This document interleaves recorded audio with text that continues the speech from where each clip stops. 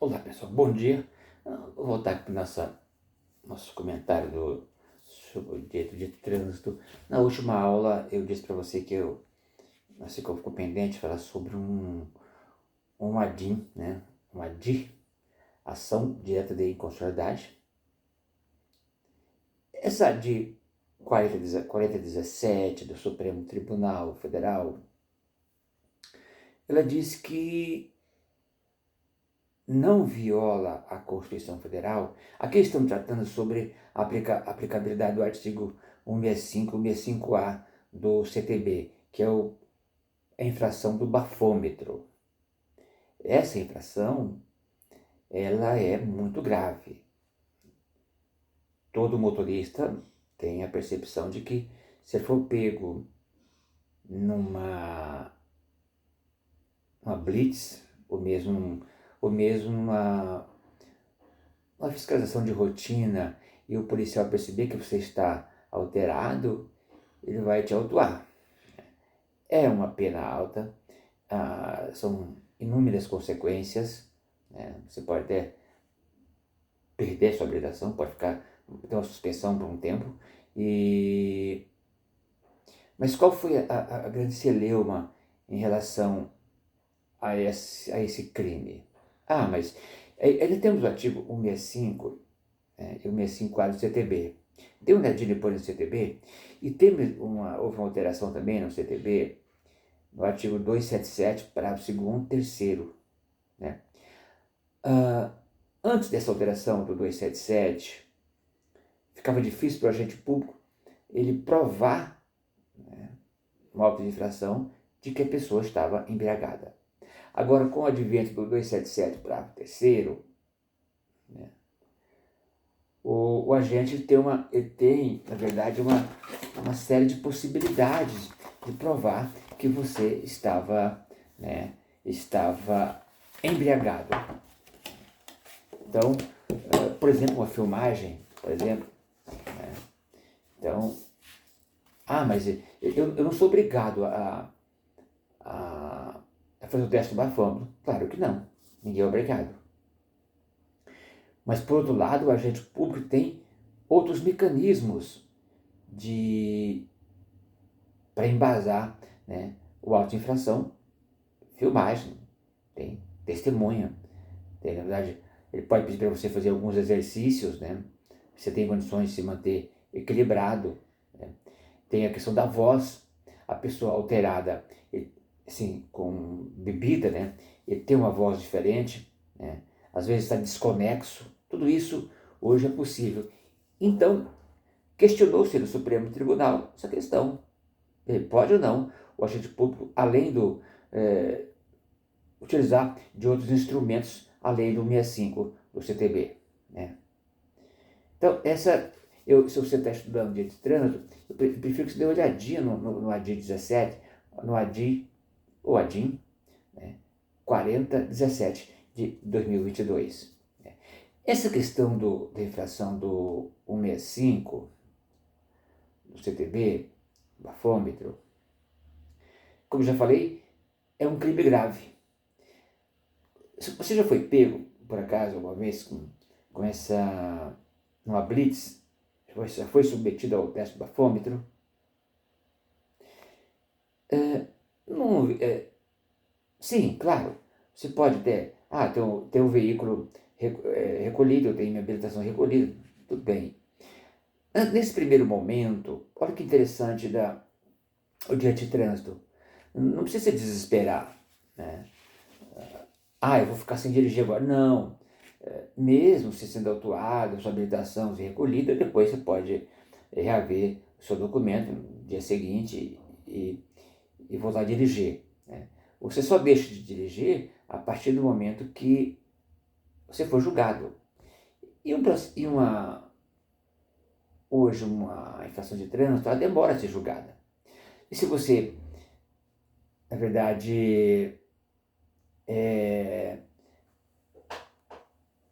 tiver uma situação dessa, sugiro que contrate um advogado. Agora eu falei, mas se todo advogado? Não. A área de trânsito, pessoal, é uma área muito específica, é uma área complexa. Até, na verdade, os advogados falam, essa é uma área, eu não gosto de direito de trânsito porque é uma área que não importa, uma área, né, sem importância. Ao contrário, o direito do trânsito é uma área muito importante, complexa. Para você montar uma estratégia de defesa, você tem que estudar. Então, se você for autuado em qualquer dispositivo do CTB e for contratar um advogado, contrate alguém especialista na área do direito de trânsito. Não procure qualquer advogado aí que você vai perder, obviamente. Então, para se montar uma estratégia de defesa, leve-se em consideração uma série uma série de nuances, né, voltada para o direito de trânsito. Às vezes o advogado ele elabora uma petição aí de 30 laudas, tudo bem, mas não fala o essencial e tem sua defesa indeferida. Né? Então, na verdade, não é a quantidade de que você fala, é saber identificar aonde está o dispositivo violado. E nessas ações, nessas infrações de bafômetro, né, a gente fala da lei seca, se for analisar bem, é possível fazer uma boa defesa, claro, só depois que tiver com um auto de infração, para verificar se o agente cumpriu todos os requisitos, né, do auto para autuar. Normalmente fica algo que o agente acaba deixando passar. Né?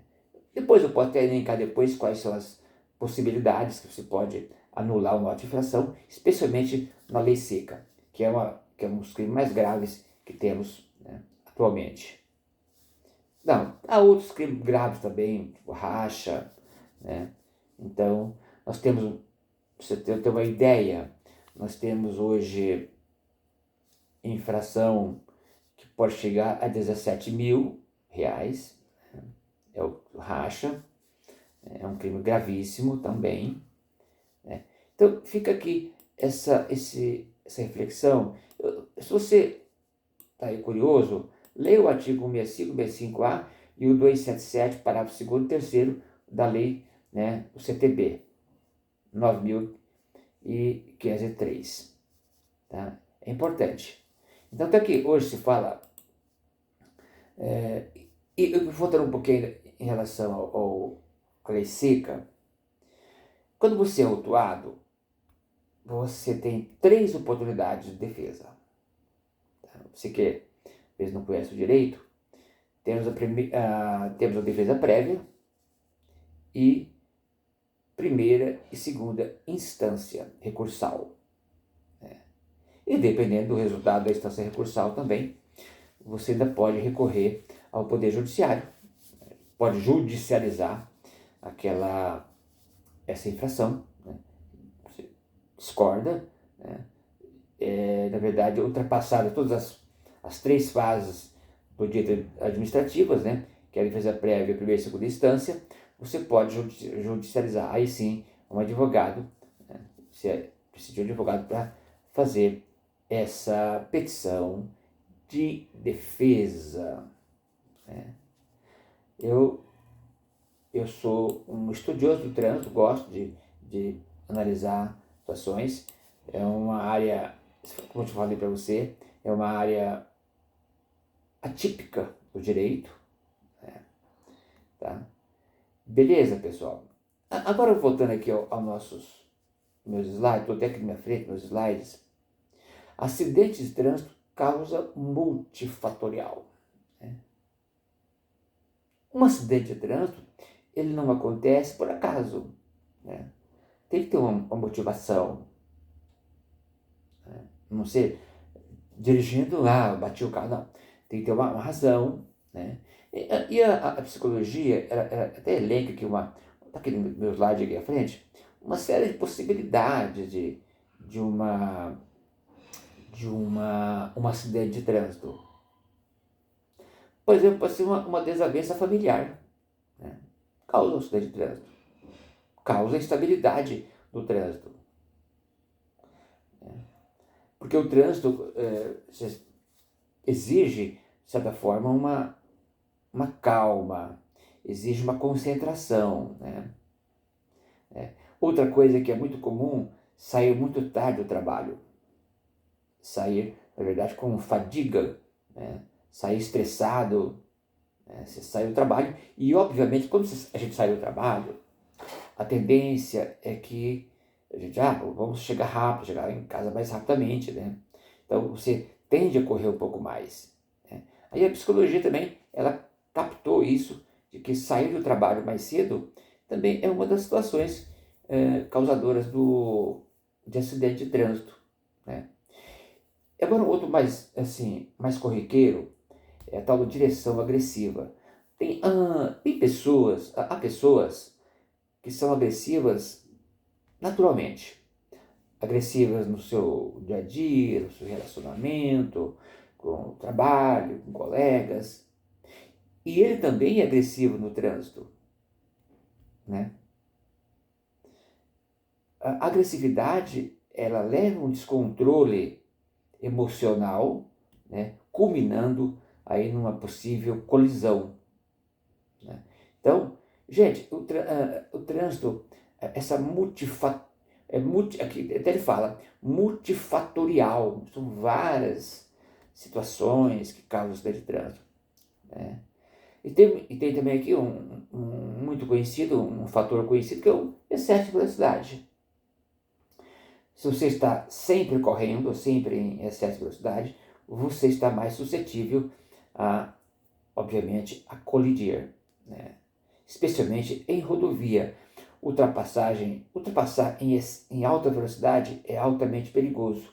Eu não faço isso, eu nunca ultrapasso em alta velocidade. Eu seguro, na verdade, dou uma freada, faço uma avaliação da possibilidade ou não de ultrapassagem. Será que eu tenho tempo para ultrapassar? Porque é muito comum o motorista chegar e já ultrapassar de plano, né? Ele não avalia as circunstâncias do local. Tem que avaliar, né? E outra coisa que a psicologia também trouxe, né? A compreensão do veículo que está à sua frente. O cara está andando lentamente, está desatento, né? Acaba irritando quem está dirigindo, né? Irrita mesmo. Você está dirigindo numa via e tem alguém segurando o trânsito, é irritante. Mas isso pode também ser um motivo para um acidente de trânsito, né? Aquela sua, eu não posso esperar, eu tenho que buzinar, eu vou ter que sair para a esquerda e para a direita, e você acaba colidindo com alguém, né? Então, é isso. Beleza? Você fala assim, eu sei tudo isso. Eu sei que você sabe. Eu estou só aqui te reprisando, falando que é isso que vai. Aí eu trouxe também aqui, ainda buscando assim, a doutrina, os estudiosos, eles trazem algumas consequências dos grandes acidentes que ocorrem nas nossas rodovias, ou mesmo nas cidades, né? Eu trouxe até três situações, que é falta de revisão, freios gastos e distância de frenagem. São três situações, né, que podem causar acidente, né? Pode chover, por exemplo, na questão da cadeia ambiental, né? Chuva, né? Estrada com muita água, né? Então, há uma diminuição natural do coeficiente da fruição sobre a estrada, né? Isso acontece, nesse caso aqui, essa cadeia do meio ambiente, chuva, estrada molhada, existe um problema que acontece muito, que é a tal da aquaplanagem. Pneu, ele não remove a lâmina de água. Você já passou por isso? Por aquaplanagem? O veículo fica instável, você não consegue dominá-lo. Eu nunca passei por isso, até porque quando está chovendo, especialmente em rodovia, que isso acontece, né? Rodovia, né? quando está chovendo, eu ando em velocidade compatível com o momento, né? E há alguns motoristas que, mesmo chovendo, ele exerce alta velocidade e quando se depara com a aquaplanagem, aquele excesso de água em cima da rodovia, em cima do asfalto, o veículo ele fica assim, na verdade, navegando sobre a água e você não controla. Qual que é a técnica para você controlar um veículo numa aquaplanagem? É frear o veículo? Não. Esqueça do freio, deixe o veículo, né? Se você, na verdade, acionar o freio, fica pior. Então, você não consegue parar um veículo, né, aquaplanando, ou seja, sobre a água. Não tem o freio, não tem nenhum efeito. Então, você simplesmente tem que aguardar passar aquele momento, né? E eu tive até um colega meu, faleceu há tempos, no caso de aquaplanagem. Ele ia indo na rodovia e tinha uma poça d'água, ele acabou numa aquaplanagem, veio um veículo à frente. Normalmente tem um veículo à sua frente, você bate mesmo, tá? Morre, não tem como. A aquaplanagem você fica sem controle do veículo. Então, choveu, calma, vai devagar, observe as poças d'água, né? Eu sugiro que você, numa chuva torrencial, pare. Essa é a melhor forma de você evitar acidente, é parar, esperar passar, né? Porque você pode ser surpreendido, né, com algo inesperado. Eu trouxe aqui uma cadeia, que causa uma colisão, né? Eu até tenho meu slide aqui na frente. Cadeia causal humana mais veículo mais ambiente igual a colisão. Cadeia causal é isso. É o ser humano, né?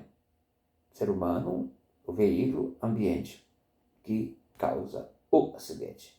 Pessoal, ser motorista não é uma tarefa fácil, né?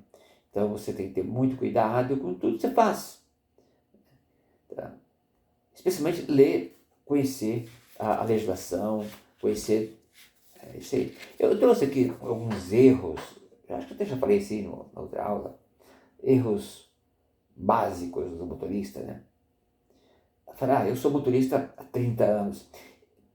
São exatamente esses motoristas que têm 20 anos, 30 anos de habilitação, são os causadores dos grandes acidentes. A psicologia ela já identificou esse perfil, né, de pessoas com habilitação longa, né? Hoje, a geração atual já é mais consciente, os jovens motoristas, eles são mais hábeis, né? Eu, por exemplo, tenho 40 e poucos anos de habilitação, né? Muita coisa, claro, que eu não lembrava mais. Obviamente, como eu estudo de trânsito, eu sou um estudioso do trânsito, eu sei exatamente o que acontece, né? Quais são as consequências da tipologia da infração, né? Às vezes algum motorista nem sabe que está cometendo um crime, mas, né, é isso.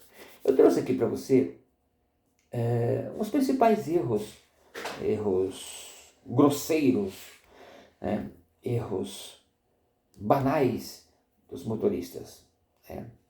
Por exemplo, falta de atenção, principal, distração, interpretação incorreta do trânsito, né, erro de julgamento, condução próxima de veículos. É muito comum você dirigir, eu fico vendo alguém dirigindo muito próximo do seu veículo à frente. Isso é um perigo, porque a pessoa pode frear, você não tem tempo hábil para fazer a sua proteção, você acaba batendo, né? Então, essa condução próxima do seu veículo é muito comum, especialmente na área central aqui, né? Eu já vi isso também em rodovia. Pessoa dirigir muito colada. Não se deve dirigir colado. Não deve, né? Não deve dirigir colado. Em rodovia é isso, né? Quando acontece Olha que interessante, estava lendo sobre isso. O engarrafamento, os carros ficam todos parados, né, em fila. Há um procedimento interessante sobre engarrafamento, né?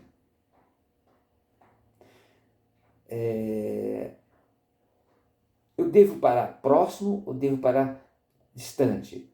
Sempre mantendo a distância e com o veículo, né, sempre em ponto morto. Claro que seguro pelo freio de mão, né? Então, eu estava lendo sobre isso, essa questão de parar veículo. Mas isso acontece. Você não pode deixar o carro totalmente freado, porque se alguém bater em você, deixa ele esterçado para a direita, ele consegue sair para a direita. Essa é a ideia, né? Então, eu estava olhando sobre essa questão, puxa, nunca tinha pensado sobre isso, né? Deixar o veículo em, sei lá, apenas no freio de mão e estressado para a direita, porque se alguém te bater, você consegue sair para a direita, né? Consegue se livrar dessa prensa, né? Que acontece muito. Prensam 10 veículos, ali se mata bastante, né? Eu falei questão da condução de à frente, falta de habilidade, maus hábitos. Agora, maus hábitos. Olha que interessante, os maus hábitos é uma coisa interessante. E às vezes alguém pede para você, um filho menor, que está prestes a tirar a habilitação, pai, você pode me ensinar a dirigir? Não é aconselhável, né? Eu acho que os pais, embora com boa intenção, não devem ensinar filho a dirigir. Deixar para a autoescola, porque tem os famosos maus hábitos. Eu não posso transferir os meus maus hábitos para o meu futuro condutor. Então, é um equívoco os pais, amigos, né, tentar ensinar com forma antecipada. Quando eu chegar lá já sabe dirigir. Não, deixa que a autoescola se encarrega dessa atribuição, né? Então, outra coisa, posição errada para a manobra e agressividade, né? Então, são coisas assim corriqueiras no dia a dia. Parece bobeira, né? Mas é uma verdade. Aqui até agora eu falei muito, quero falar sobre o erro do pedestre. O pedestre também tem responsabilidade. Falta de atenção está lá no artigo 254, tá? Em posição perigosa, olhar mais não viu e avaliação errada da velocidade da distância, decisão errada. Então, o pedestre também ele tem, né, responsabilidade. Está lá no artigo 254 do CTB. Ele pode, né, avaliar de forma equivocada a distância do veículo e acabar de entrar à tua frente, né? Tem que ter paciência com as pessoas que estão passando à sua frente, as pessoas de idade, né, etc. Condições do condutor: consumo de álcool, fadiga, consumo de drogas, distúrbios emocionais e doença. Tudo isso, gente, são fatores, né, ensejadores de acidente de trânsito. O consumo de álcool hoje, infelizmente, é um dos principais fatores de grandes acidentes, né? Acidentes com morte, né? Como eu já falei, infelizmente a nossa legislação ela não é tão rigorosa no tocante a acidentes com morte, né? Então, o consumo de droga também é outro fator, distúrbios emocionais, né? E doença, e algum tipo de doença que pode causar um acidente de trânsito, né? É isso. Ficou aqui nosso bate-papo. Se você achou interessante, eu te dou uma dica. Leia o Código de Trânsito Brasileiro, pega lá, baixa tem o CTB digital, né? Você lá no seu Play Store e baixa o CTB digital. Tem muita coisa interessante ali. Tem um quiz também, algumas perguntas e respostas que você pode responder lá no quiz do CTB, tá bom? Gente, é isso. Depois eu volto falar com você um pouquinho mais, vamos finalizar aqui esses slides. E é isso. Obrigado pela atenção. Até a próxima. Bom dia para você. Tchau.